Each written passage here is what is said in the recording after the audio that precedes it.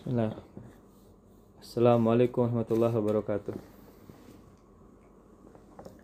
Alhamdulillah nahmaduhu wa nasta'inu wa nastaghfiruh wa na'udzu billahi min syururi anfusina wa min sayyiati a'malina man yahdihillahu fala mudilla lahu wa may yudlil fala hadiyalah. Asyhadu an la ilaha illallah wahdahu la syarika lahu wa asyhadu anna Muhammadan abduhu wa rasuluh. Wa ba'du. Ikhwatu fid din, saudara-saudari hafizakumullah wa barakallahu fikum. Alhamdulillah, segala puji bagi Allah yang atas berkat rahmat, inayah dan taufiknya Allah pertemuan kita kembali dalam pembahasan kitab Safinatun Najah. Insyaallah kita akan melanjutkan pembahasan kitab milik Syekh Salim Sumar Al-Hadrami rahimahullah. Ya, dan beberapa satu lembar lagi mungkin satu atau dua kali pertemuan kita akan menyelesaikan kitab ini bismillah taala. Kita bacakan qala al-muallif rahimahullah, nafa'anallahu bihi wa bi ulumihi fid darain. Faslun alladhi yalzamu lil mayyiti arba'u khisalin. Pasal pembahasan tentang yang diwajibkan bagi orang sudah meninggal. Bagi orang mati ada 4 hal. Di sini disebutkan orang mati.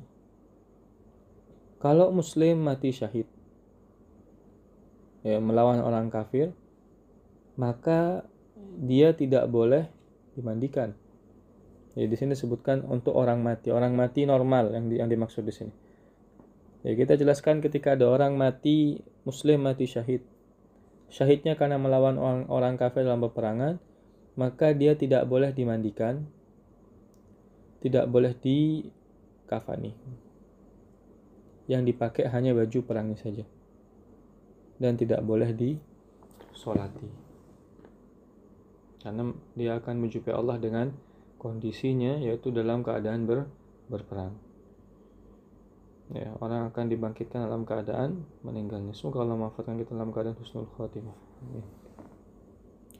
Kalau meninggal dalam peperangan sesama muslim, maka harus dimandikan. Nah, orang kafir tadi tidak boleh dimandikan, tidak boleh dihilangkan bekas darahnya. Kalau berperang dengan orang muslim, maka harus dimandikan. Misalnya terjadi fitnah di antara kaum muslimin sampai terjadi peperangan, maka harus dimandikan dan dilakukan dengan hal-hal yang normal lainnya. Kalau keluar berjihad, yang selanjutnya yang ketiga, kondisi yang ketiga, kalau misalnya keluar berjihad melawan orang kafir dan ternyata meninggal di rumahnya bukan di medan perang, maka dia juga harus dimandikan. Dan bayi yang gugur kalau lebih dari 6 bulan umurnya, maka harus dimandikan dan dikafani. Ya, harus dimandikan dan dikafani. Serta disolati. Karena minimal lahir itu 6 bulan. Sebelum itu maka tidak dianggap manusia. Kalau belum di bawah itu atau di bawah 6 bulan dan belum tampak tanda-tanda kehidupan, maka tidak wajib dimandikan dan dikafani. Langsung dikubur saja.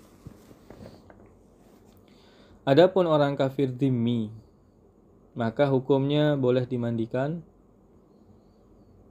dan wajib dikafani, haram disolati. Mereka ini wajib dikubur, orang kafir dhimmi harus dikubur. Adapun orang kafir harbi dan orang-orang yang murtad, nasallallahu alaihi, tidak ada kewajiban bagi mereka. Ya, sehingga ulama menyebutkan bahwa ketika ada orang kafir harbi, orang kafir memerangi kaum muslimin, atau ada orang murtad, maka jenazah mereka dilempar ke hewan buas biar dihabisi oleh hewan buas tadi. Seandainya dilempar ke hewan buas, khawatir nanti tidak dimakan habis sama hewan buas, masih tersisa, maka dikubur. Ya, dikuburnya bukan untuk menghormati mereka, tapi supaya mereka tidak jadi bau. Ya, bukan untuk memuliakan mereka, tapi menjaga agar bangkainya tidak mengganggu hidung-hidung orang yang lain. Yang pertama yang diwajibkan adalah ghusluh. Ghusluhu yaitu memandikannya. Kalau misalkan ada orang terbakar, kebakaran rumahnya, naudzubillah min dzalik, kemudian dia terbakar. Semua jasadnya terbakar, apakah dia harus dimandikan? disebutkan tidak harus dimandikan ketika jasadnya terbakar. Apalagi kalau maksudnya tidak harus dimandikan ketika jasad terbakar, kalau dimandikan kulitnya bisa hancur, maka tidak harus dimandikan, cukup ditayamumi saja. Demikian juga Ibn Hajar menyebutkan bahwa kalau ada wanita misalkan melakukan perjalanan ke daerah pedalaman sendiri misalnya, misalkan mereka muslim tapi tersesat atau gimana lah, intinya sampai ke suatu daerah yang tidak ada wanita di situ, semuanya laki-laki,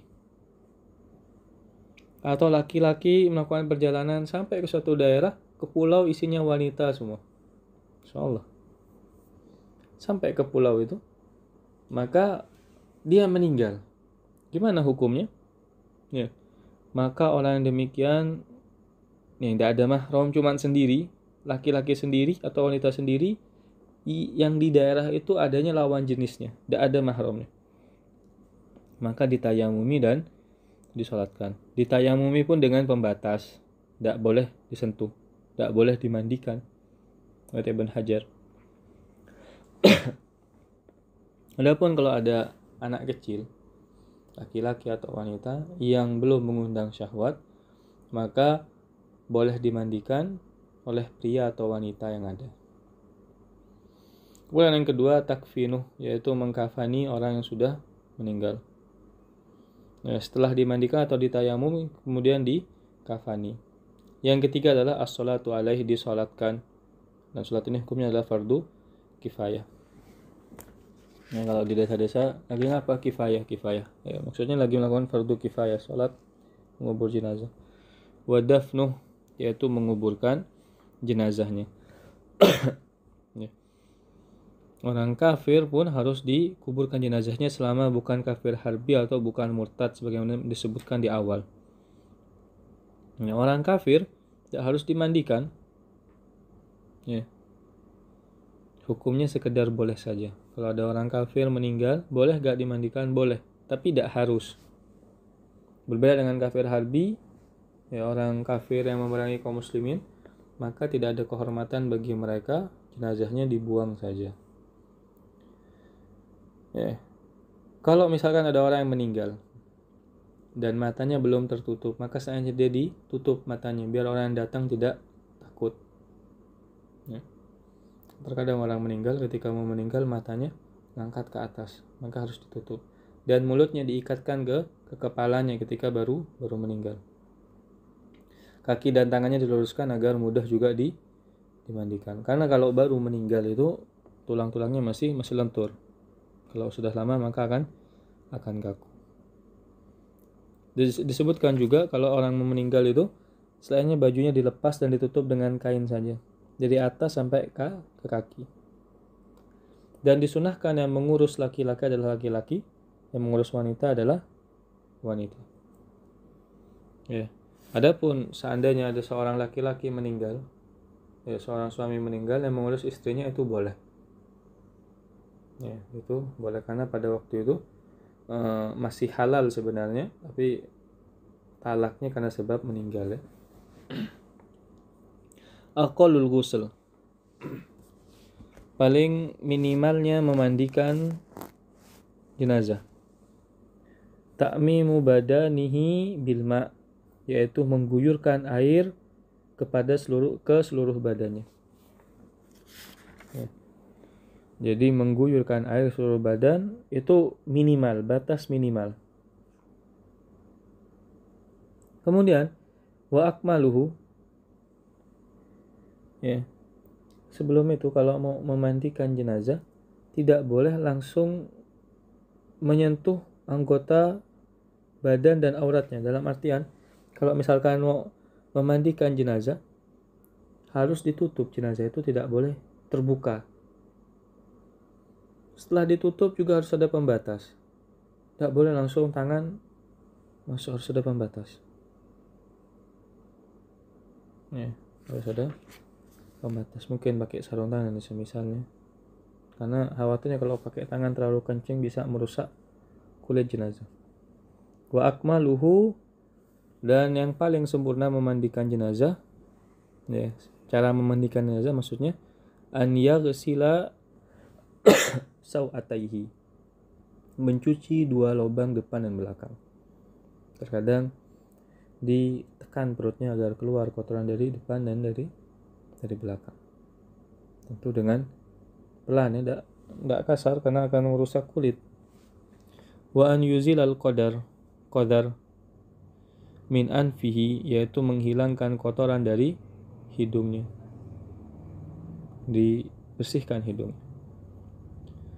Wa an yuwaddi'ahu, yaitu diwudukan, anggota wudunya dikudukan, ya. Tetapi ketika mewudukan jangan sampai memasukkan air ke hidung dan ke mulut, ya, dituang misalkan. Karena tidak bisa masuk air ke hidung dan ke mulut, langsung dituang ke mulut jenazah atau ke hidungnya. Tidak diperbolehkan hal itu. Kemudian selanjutnya, wa an yadluka badanahu bisidr, yaitu memijat-mijat badannya, tubuhnya yang meninggal tadi dengan sidr. Ya.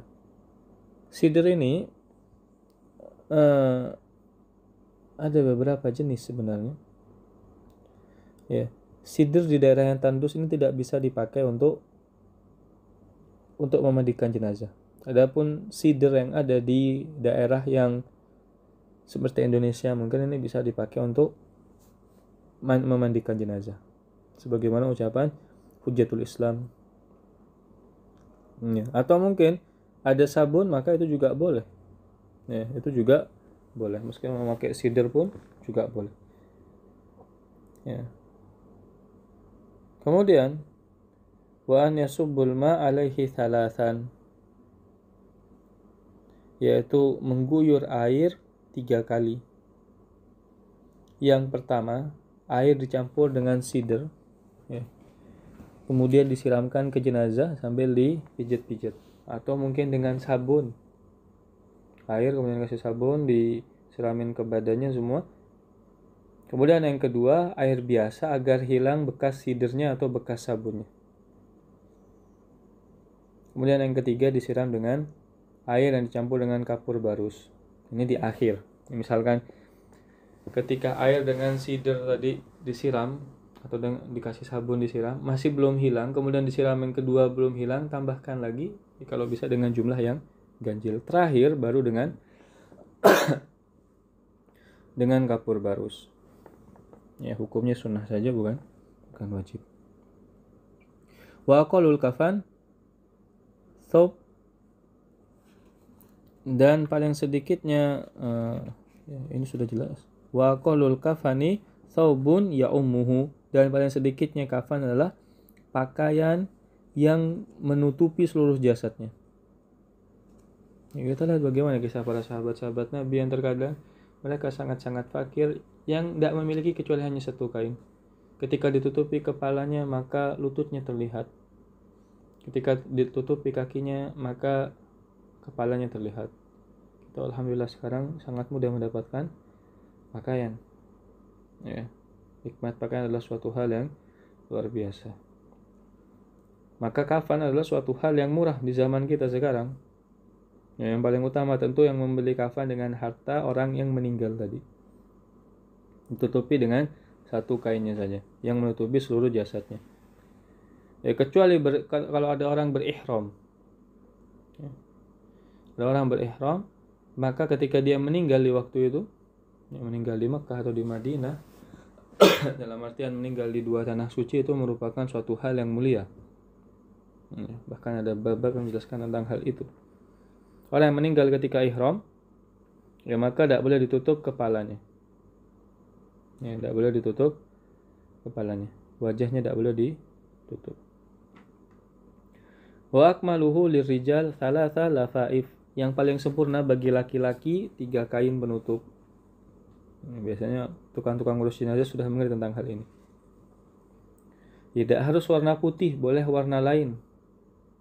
Ya, dan yang utama adalah kafan atau kain sudah dipakai. Jangan beli baru. Ya, kecuali memang tidak ada. Dan terkadang kisah-kisah ulama-ulama terdahulu mereka memakai surban dari kain kafannya agar ketika mereka melakukan dosa mereka mengingat di atas ada kain kafan yang akan membungkus mereka. Ya, berbeda dengan orang-orang zaman sekarang yang jangankan ingat mati di kuburan saja masih ingat urusan dunia. Kemudian yang selanjutnya adalah qamisun wa khimar, walil mar'ati qamisun wa khimar. Dan bagi wanita menggunakan pakaian yang menutupi seluruh badannya, ya pakaian atas dan bawah yang menutupi kepalanya juga. Ya, pakaian yang menutupi badan, wa khimar dan menutupi kepalanya. Wa izar yaitu yang menutupi pusarnya, ibaratnya sarung. Ya, kemudian selanjutnya walifafatani yaitu menambah dengan 2 kain untuk menutupi semuanya. Jadi setelah ditutupi bagian atas badannya, kepala, menutupi badan dan menutupi dari pusar ke bawah seperti sarung, baru ditutupi dengan 2 kain. Ya. Menambah lebih dari 5 kain hukumnya adalah makruh untuk laki-laki dan wanita. Ya, mungkin sampai sini yang bisa saya sampaikan. Ada benarnya datangnya dari Allah SWT, ada salahnya karena kekurangan ilmu yang saya miliki. Wabillahi taufiq wal hidayah. Assalamualaikum warahmatullahi wabarakatuh.